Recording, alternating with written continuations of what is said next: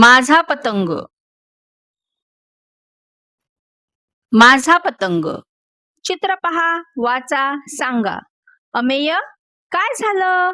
का रुसलास? आजी, खूप कंटाळा आलाय. मी काय करू?